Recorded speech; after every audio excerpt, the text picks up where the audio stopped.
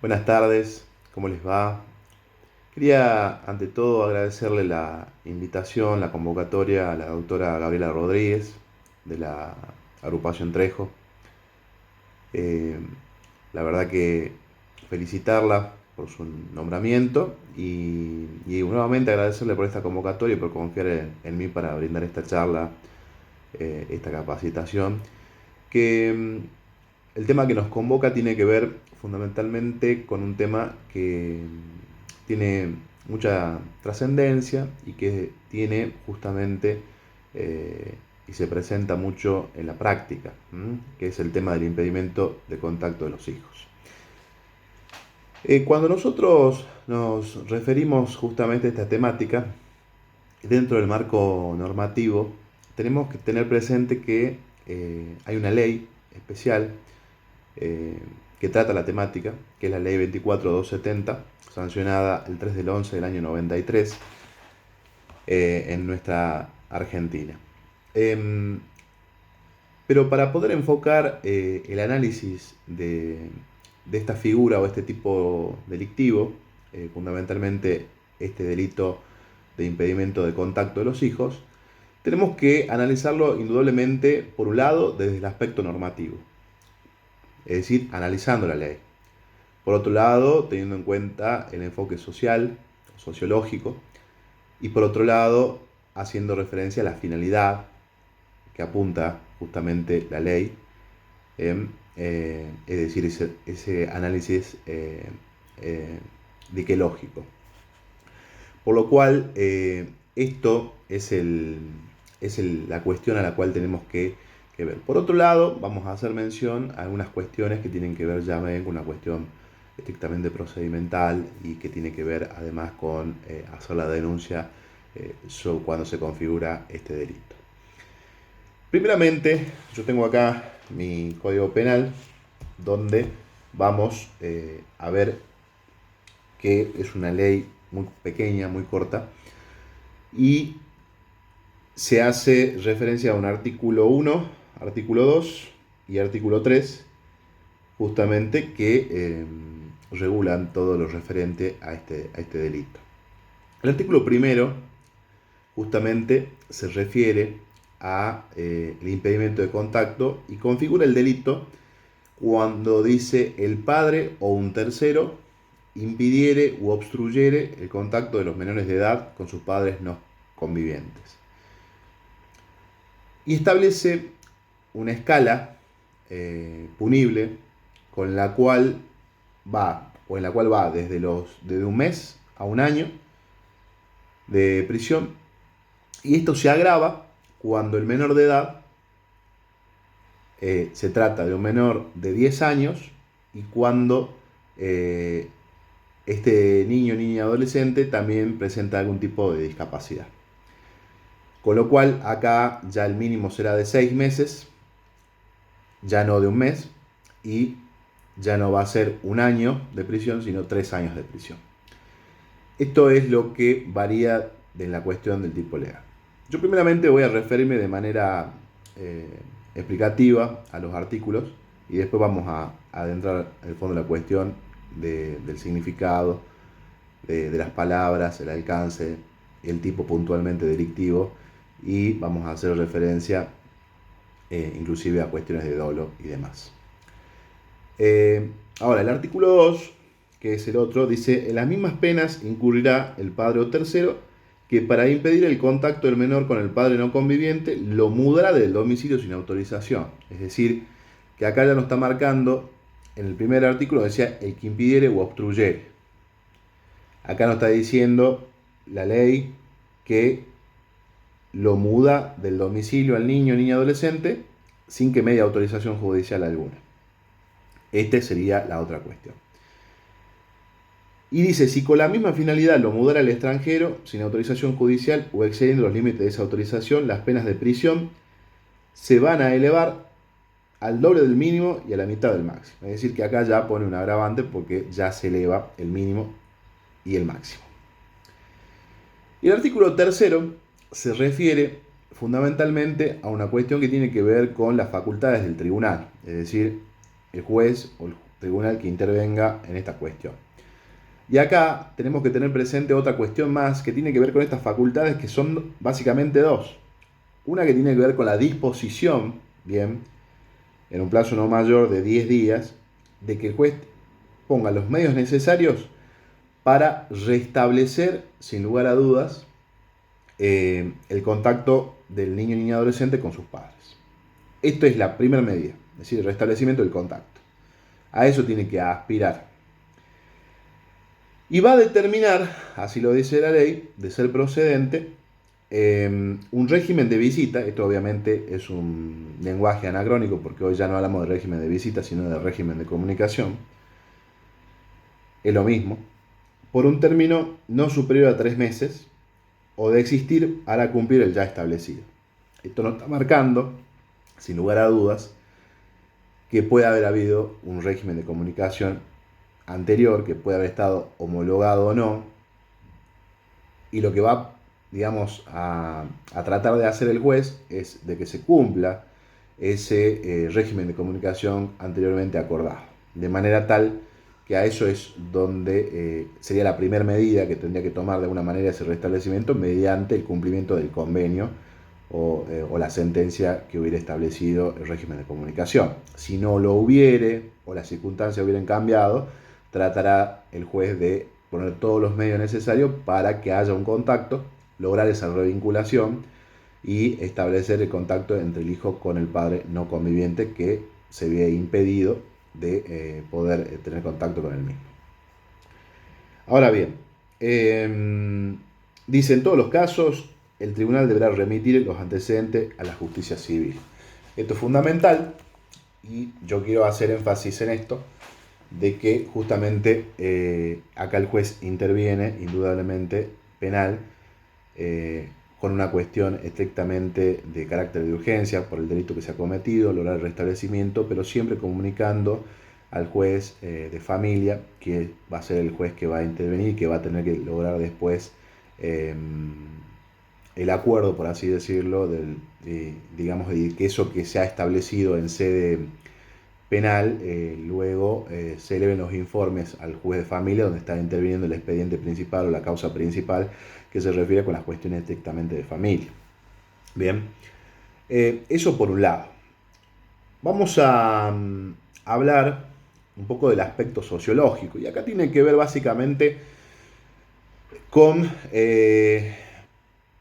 la realidad que se da justamente en la sociedad, que responde indudablemente, como toda ley, a un impulso, a una cuestión estrictamente de que se produce un problema, un conflicto, y por lo cual ese conflicto requiere indudablemente la actuación del Estado.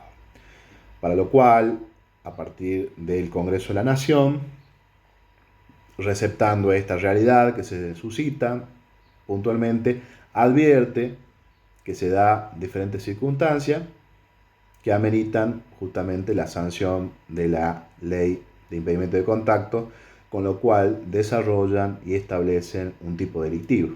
Con lo cual, recordemos este principio que justamente no hay crimen sin ley penal previa. No va a haber justamente una sanción penal si no existe un tipo de delictivo que así lo diga.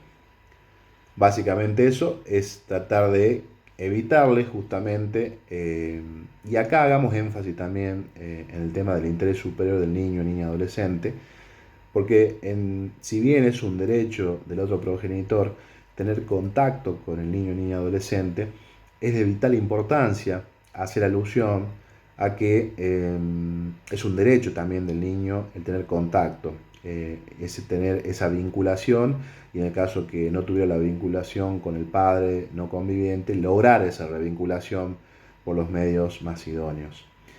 Y acá quiero hacer énfasis en una cuestión que tiene que ver fundamentalmente con que esta cuestión de plantear esta acción penal, tratando de plantear justamente el impedimento de contacto, tiene que ser la última ratio. ¿Y esto con qué quiero decir? Que primeramente tenemos que tratar de arbitrar todos los medios necesarios para tratar de lograr la revinculación desde el punto de vista del derecho de familia. Con lo cual, lograr dentro de un proceso de familia o en las mediaciones familiares, lograr justamente la revinculación del niño, niña, adolescente con su otro progenitor. De manera que esta tiene que ser, digamos, la primera medida. Eh, o eso a donde tenemos que aspirar, básicamente. Sería lo ideal y recurrir indudablemente a los medios alternativos de resolución de conflictos. Esto sería lo más adecuado, o pedir una audiencia dentro del proceso si hay un incumplimiento en el proceso de familia y lograr la revinculación, justamente interviniendo además el asesor de menores incapaz. Con lo cual, eso sería lo más adecuado. Y llegar a la instancia penal en el caso en el cual se haya intentado todo esto y no se haya surtido efecto esta revinculación a la cual estoy haciendo referencia. Yo había hecho mención también de otro aspecto que era el aspecto diquelógico, que esto viene de dique, que tiene que ver con el valor justicia. Y esto tiene que ver cuando tratamos fundamentalmente, por medio de esta ley, la 24270, de lograr una herramienta para realizar la justicia en los casos que se nos presenten.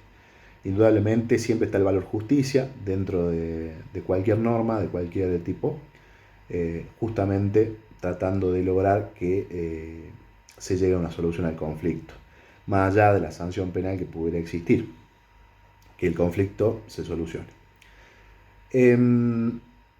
Bien, hasta acá creo haber sido claro con respecto de esto, pero ahora tenemos que hacer mención a un aspecto que tiene que ver con el núcleo de la acción, es decir, el tipo legal. Y voy a hacer mención a que el núcleo de la acción consiste justamente en impedir o obstruir el contacto del menor. Vemos que acá la ley habla de menor, pero hoy correctamente tenemos que decir niño, niña, adolescente. Es decir, impedir o obstruir el contacto menor con el padre no conviviente, cualquiera sea la particularidad de la conducta. Bien, esto es fundamental. Esto tiene que tener una relación con el resultado lesivo, es decir, esta conducta. Es decir, frustrar el derecho de comunicación, el derecho de visita, eh, porque si no, no se configura el tipo legal. Considerando además que el delito es susceptible de tentativa, porque el autor del hecho delictivo puede haber iniciado acciones tendientes a lograr un resultado, que es obstruir o impedir el régimen de comunicación, el régimen de visita, y puede no lograr el cometido, o sea, puede haber quedado en grado de tentativa, puede haber hecho todos los medios y no haber consumado el hecho delictivo. Este tipo subjetivo tiene también un elemento fundamental que es el dolo, ¿bien? Es decir, el conocimiento y la voluntad de haber actuado con el propósito de ¿qué? De impedir o obstruir el contacto con el progenitor. Y si vamos a lo que dice el artículo 1, dice el que ilegalmente impidiere o obstruyere el contacto. Es decir, el tipo legal me está marcando que hay una obstrucción de carácter ilegal, es decir, que no son los medios legales. ¿Qué quiero significar con esto? Que si existe, por ejemplo, una cuestión de violencia o una restricción o una prohibición de acercamiento del padre con su hijo, porque el hijo fue víctima de violencia respecto de su padre, supongamos el caso, si yo, siendo el otro progenitor, no dejo ver a mi hijo, no es que no lo estoy dejando ver porque es un acto que impide o obstruye el contacto, sino porque hay una disposición legal que así lo dispone, con lo cual sería un medio idóneo y que en lo cual yo estaría amparado para justamente privarle al otro la posibilidad de que mantenga el contacto, o en los casos de la suspensión de la responsabilidad parental, caso de delitos de abuso o alguna otra cuestión que se pudiera llegar a haber suscitado. Bien, también el tipo del artículo 2, que es el mismo, prevé el caso que el padre que para impedir el contacto lo mudara de domicilio sin que mediare autorización judicial o excediendo los límites de la autorización. Es decir, puede darse el supuesto que no haya autorización o puede darse el supuesto en el cual existe la autorización pero excede los límites, bien, de esa autorización, de ese derecho que me ha sido conferido. El núcleo de la acción es similar al anterior, al del tipo del artículo primero, pero la ley prevé dos medios comisivos, o sea, mudar de domicilio y mudar al extranjero. En el primer párrafo establece uno y en el segundo establece otro. Que estos segundos adquieren una particular gravedad que yo lo dije recién por el tema del agravante.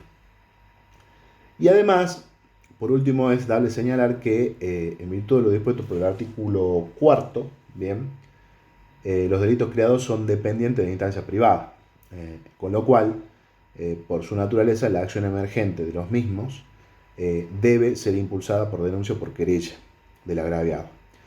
De esta manera, la acción queda indudablemente en manos de aquel que podrá ver y evaluar y examinar con la debida prudencia la necesidad de promoverla o, en su caso, plantear la frustración de su derecho de visita o de comunicación dentro del ámbito civil, en este caso en las cuestiones de familia.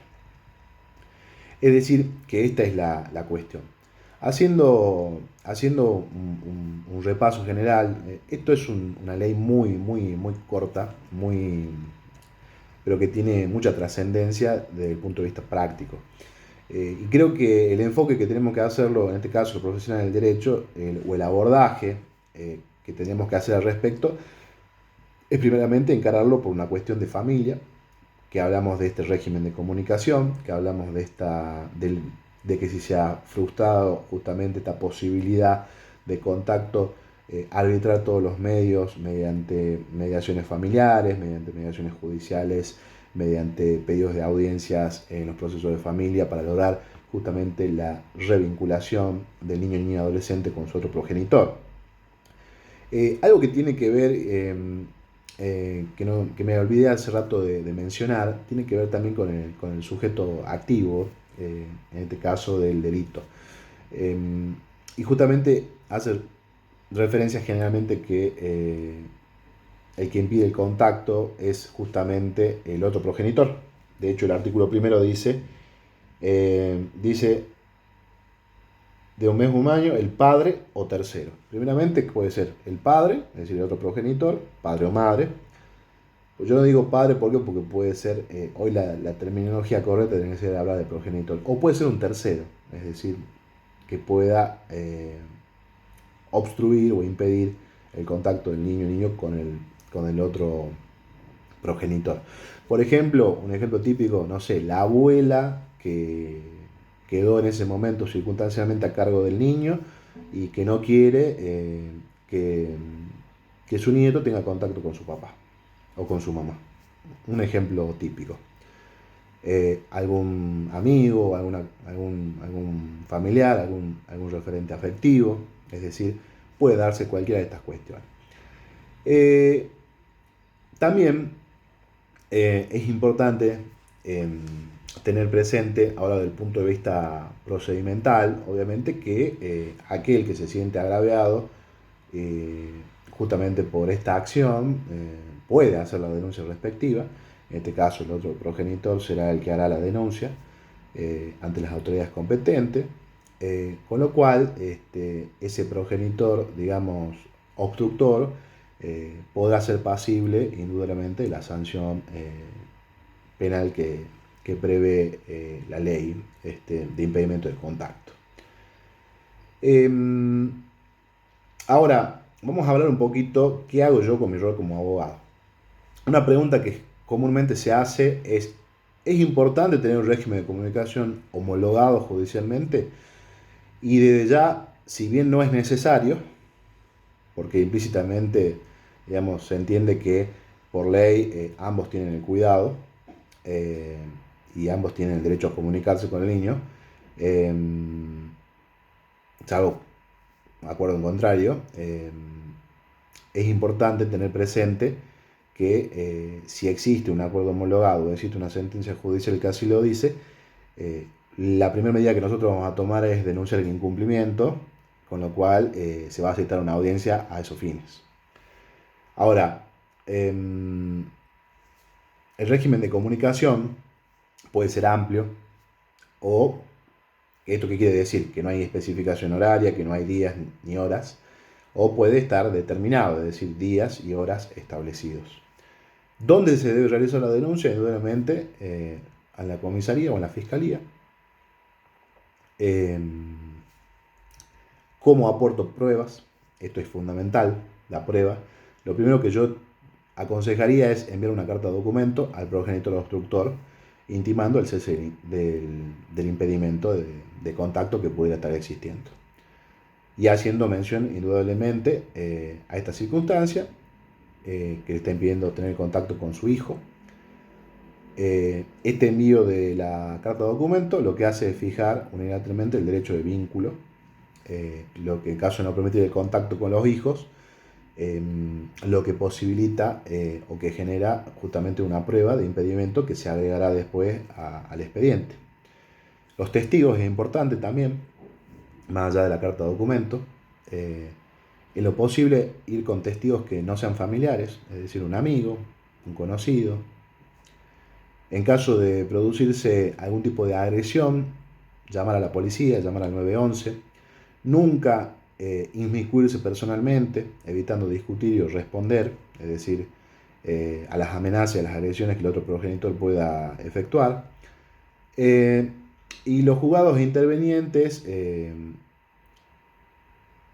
tienen que tratar de evitar los medios para tratar de lograr la revinculación, indudablemente, ¿no? Esto es fundamental.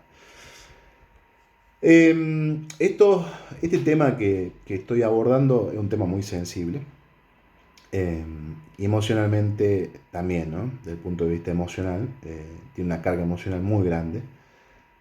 Y lo que se trata justamente es de darle una solución a esta cuestión o a esta irregularidad que tiene que ver con la no posibilidad de tener contacto del padre con sus hijos. Es importante también tener presente que es un derecho de los progenitores a mantener contacto con sus hijos y justamente a lograr la revinculación en el caso que no existiera la vinculación con los mismos. Y hay una palabrita que es importante que tiene que ver con la construcción, es decir, con construir. Y a esto voy a hacer referencia que en las relaciones de familia la palabra clave es construir, es decir, en forma paulatina, en forma constante, haciendo referencia justamente al interés superior del niño, que son principios rectores en estas cuestiones, y siempre se va a hacer lo que esté de alguna manera, o sea, mejor para el niño. Y obviamente constituye un derecho del otro progenitor de tener su contacto del niño, pero obviamente cada situación se va a analizar en cada caso en concreto. Bueno, espero haber sido claro con la temática en cuestión. Es una cuestión muy, muy concreta. Simplemente trato de transmitirle un poquito de mi conocimiento y un poquito de mi experiencia en esta temática. Agradecerle nuevamente a la doctora Gabriela Rodríguez por la convocatoria, felicitarla nuevamente y bueno, acá a disposición para lo que necesiten. Pueden pedirle mis contactos a la doctora para lo que requieran.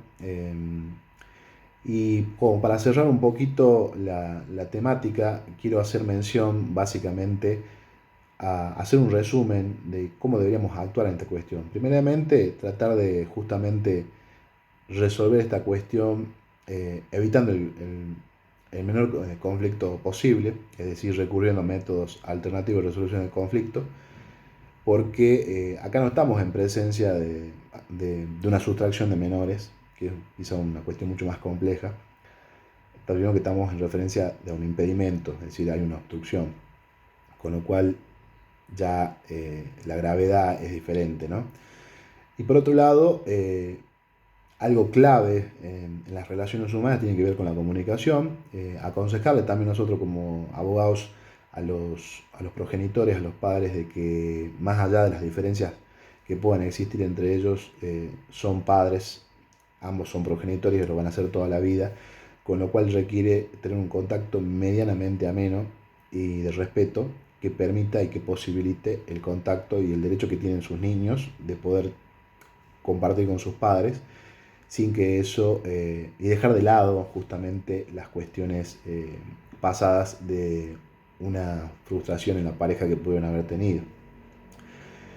Básicamente es eso, lograr dentro del proceso de familia la revinculación, y si no se logra en el proceso de familia la revinculación, eh, ir recién como última ratio a la cuestión penal, que hacer la denuncia pertinente del impedimento de contacto cuando esto ya se ha dado de manera mucho más gravosa y más reiterada también, ¿no? Estos consejos que yo les dije, de aportar pruebas, de testigos, de intimar por carta de documento, como también denunciar el incumplimiento dentro del marco del expediente judicial de familia. Bueno, eso sería la exposición. Les agradezco su atención, espero haber sido claro y nuevamente agradecido por la convocatoria, y será hasta pronto, hasta cuando así lo disponga la doctora Rodríguez, y agradecido nuevamente, un saludo grande y espero que les sea de utilidad eh, esta pequeña charla que he tratado de brindarle los aspectos más generales y concretos de delito de impedimento de contactos de hijos con padres no convivientes. Muchísimas gracias y que tengan una hermosa tarde, un hermoso día, una hermosa semana.